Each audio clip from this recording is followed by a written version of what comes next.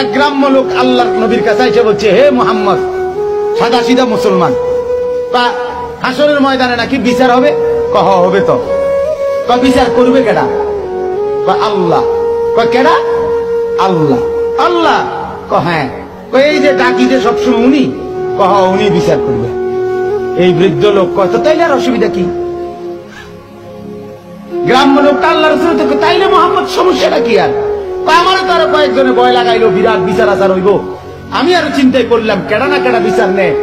এখন শুনছি যেহেতু আল্লাহ বিচার করে, উনারে তো আমি চিনি, আমি তো 5 ওয়াক্ত উনারেই চিনি, আমি রুকুতে উনাকেই চিনি, সেজদা করতে উনাকেই চিনি, আল্লাহু আকবার বলতে উনাকেই চিনি, আলহামদুলিল্লাহ পড়তে উনাকেই তো চিনি, সুবহানা রাব্বিয়াল আযীম বলতে উনাকেই তো চিনি, সুবহানা রাব্বিয়াল আলা বলে উনাকেই তো চিনি, প্রতিদিন সেজদা করে উনাকেই তো চিনি। এত চিনি চারে, সে আমারে চিনবে না কেন?